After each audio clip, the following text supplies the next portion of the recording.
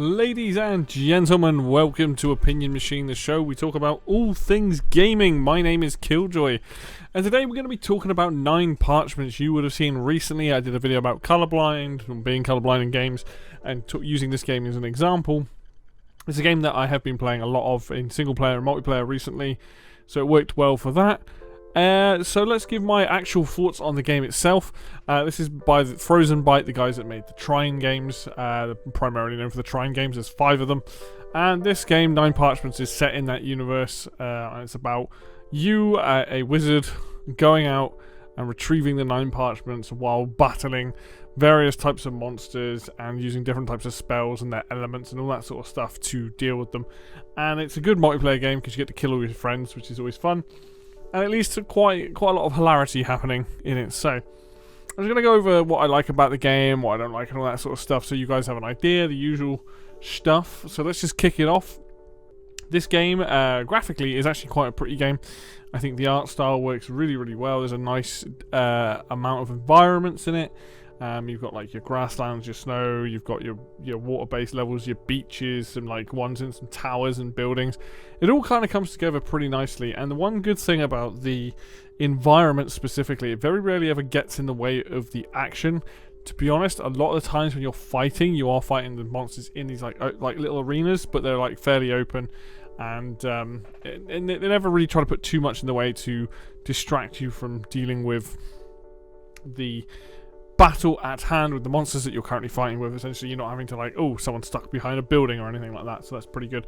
But it is a really, really decent looking game. They really went with an art style that really pops, and I think there's a reason for that, and that's because of the amount of spells going on. You need to be able to see what you're doing, so that definitely helps. In this game, there are various different ways of playing in terms of you have characters, you have different staffs that those characters can use, and you have different spells.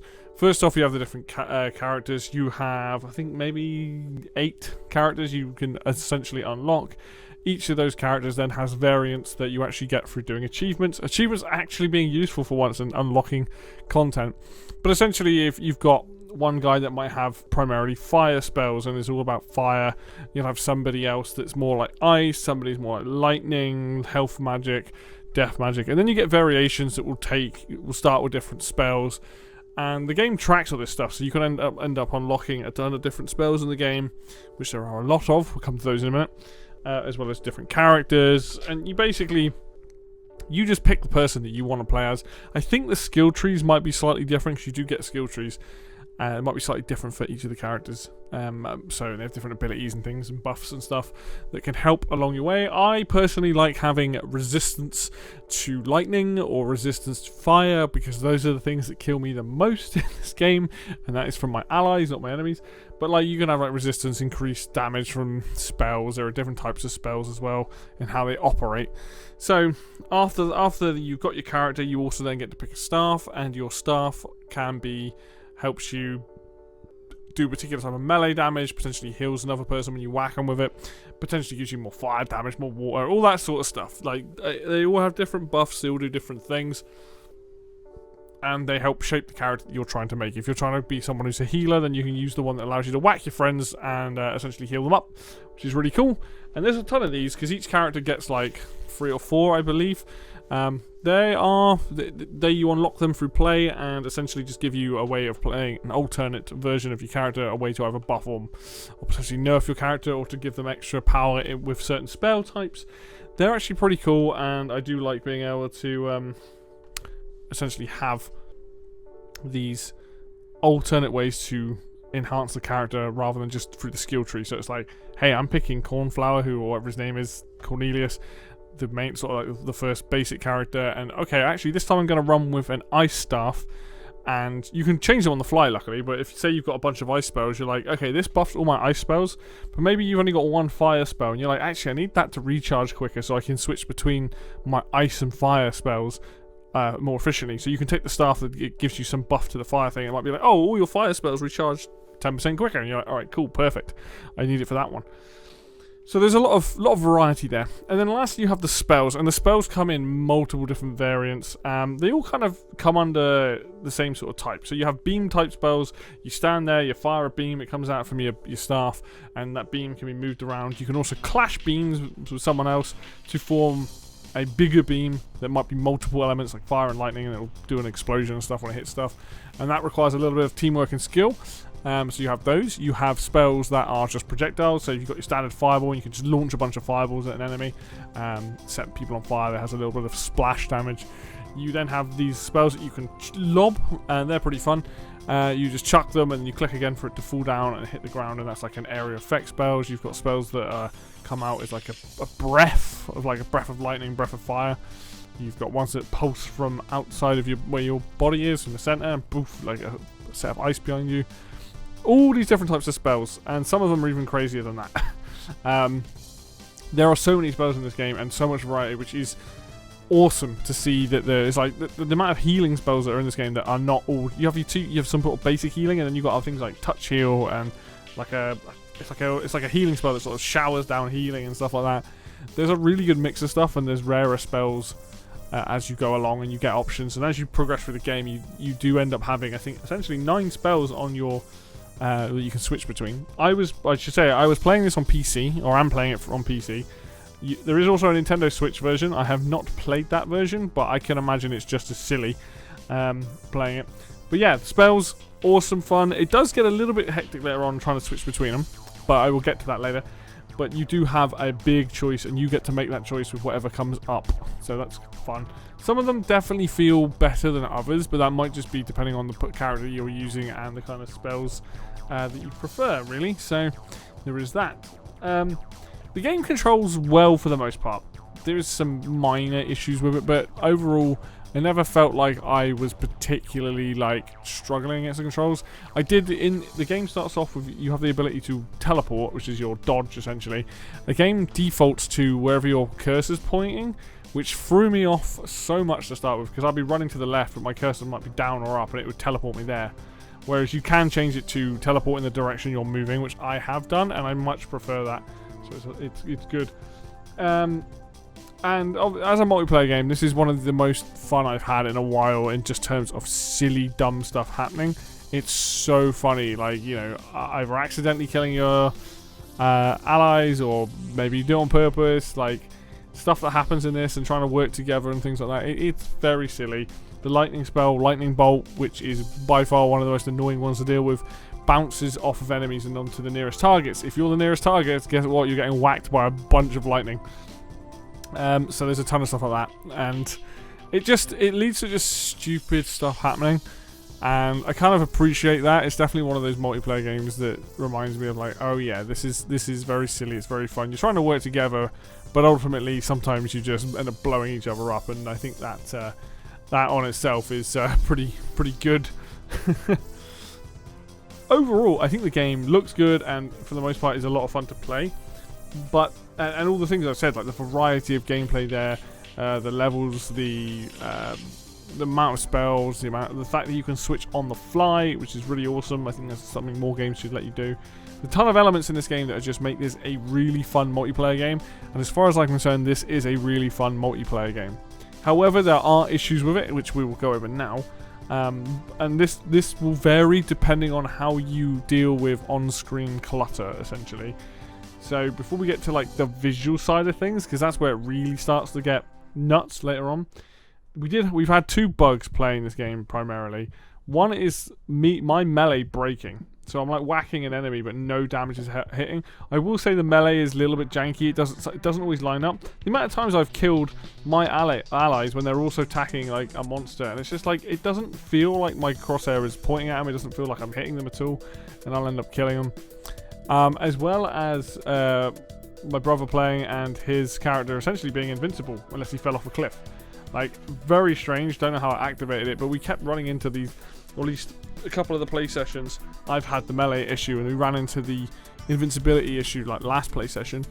And I mean, as much as that's useful, it also kind of ruins the challenge. The game is hard, and it is meant to be hard because you have to think about a lot on the fly. But the melee thing's just irritating because it means that if you go up and freeze an enemy and start wailing on them, you're just not doing any damage. And yeah, the only way I could really fix it was either my character dying or whacking or attempting to whack a fellow player to try and get it to actively activate so I could use it. Just really annoying, just stuff like that. Like, I know the game is a few years old at this point, but yeah, just an annoying bug, potentially something to do in netcode there. Obviously, I've spoken about this in a video about colorblind. Playing this game as a colorblind person is hard as shit, because the game does later on require you to switch elements very often. And, you know, I'll combine the point about being colorblind with this game becomes a game of dexterity if you're playing on PC, because you now need to switch between spells 1 to 9 on your keyboard, and remember where every single one is. You can use the middle mouse button, but it's not particularly efficient. And I don't think the game does a very good job when you are, as a character, like trying to find the right spell. I've had misinputs when I've tried to push a button. I've had my fingers in the wrong place when I've tried to push it for a particular spell. I've had my game not switch on me. I'm like, why is it not switching spells? It's kind of annoying. And it becomes, as the game's gone on, and as much as I enjoy the silliness of it, the game actually gets a little bit less fun when it gets to the point when you are constantly switching every, like, sort of 5 to 10 seconds, dealing with the amount of enemy types and the fact that these enemy types have... Oh, these guys are, like, they're normally weak to ice, but because they've got an aura that gives them an ice shield, they're not good. You can't hurt them with that. You also can't hurt them for fire because they are a fire thing, so you're stuck with lightning, and, like...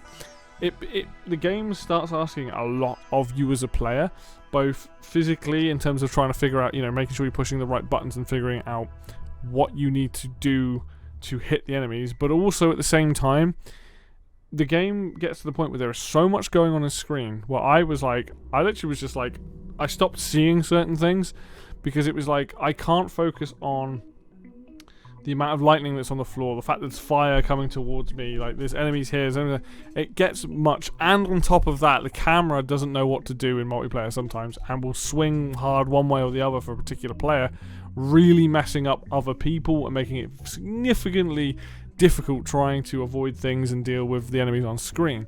Now, I understand that this is a game where, like, you know, you're not meant to play perfectly, you are trying to, like, keep an eye on what you're doing. It becomes that kind of bullet hell style multiplayer, but it's very much at a detriment. There's no colorblind options in this game. I put like outlines on the characters to try and help me see my allies and myself. Didn't really help. There's no things underneath each of or next, like I said, writing next to each of the characters. Element would be good, like it's fire or a symbol or something like that. And you know, I just think this spawns way too many enemies at points. I like it when you've got a decent amount of room to maneuver. I almost wish the camera would zoom out a bit. If the camera could zoom out a bit, it would actually make things a little bit easier. And again, don't get me wrong, the game's hard, it's meant to be hard, but it's almost hard for the wrong reason. This becomes very difficult to watch, you know, wherever all the attacks are landing, the amount of attacks, the amount of enemies, this dexterity game of switching between spells. It all leads to a very... I mean, I died a lot in the later sessions because I just couldn't handle...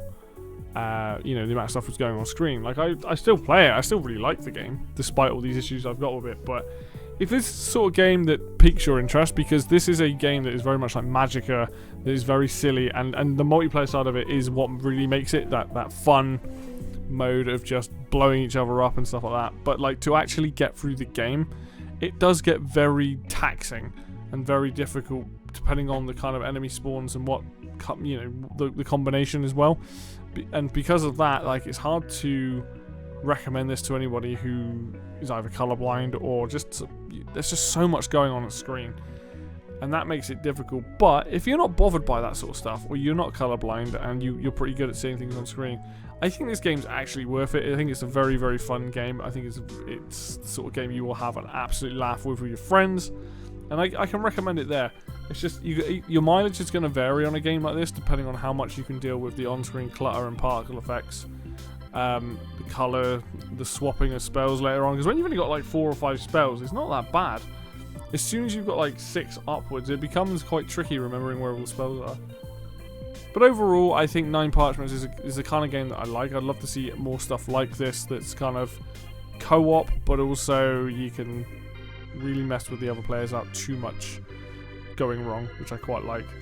But just be aware, if this is a game that you're thinking of getting, just it does get chaotic, which is fine, but you might be more sensitive to that than others. I know that I, for one, I'm definitely struggling with the game a little bit on the visual side, but that might not affect other people that play this game. So, but there you go. That is my thoughts on Nine Parchments. It's on PC, it's on consoles, it's on Switch. Definitely worth a pickup if you want to play something that's just fun and ultimately is a good multiplayer game. There you go.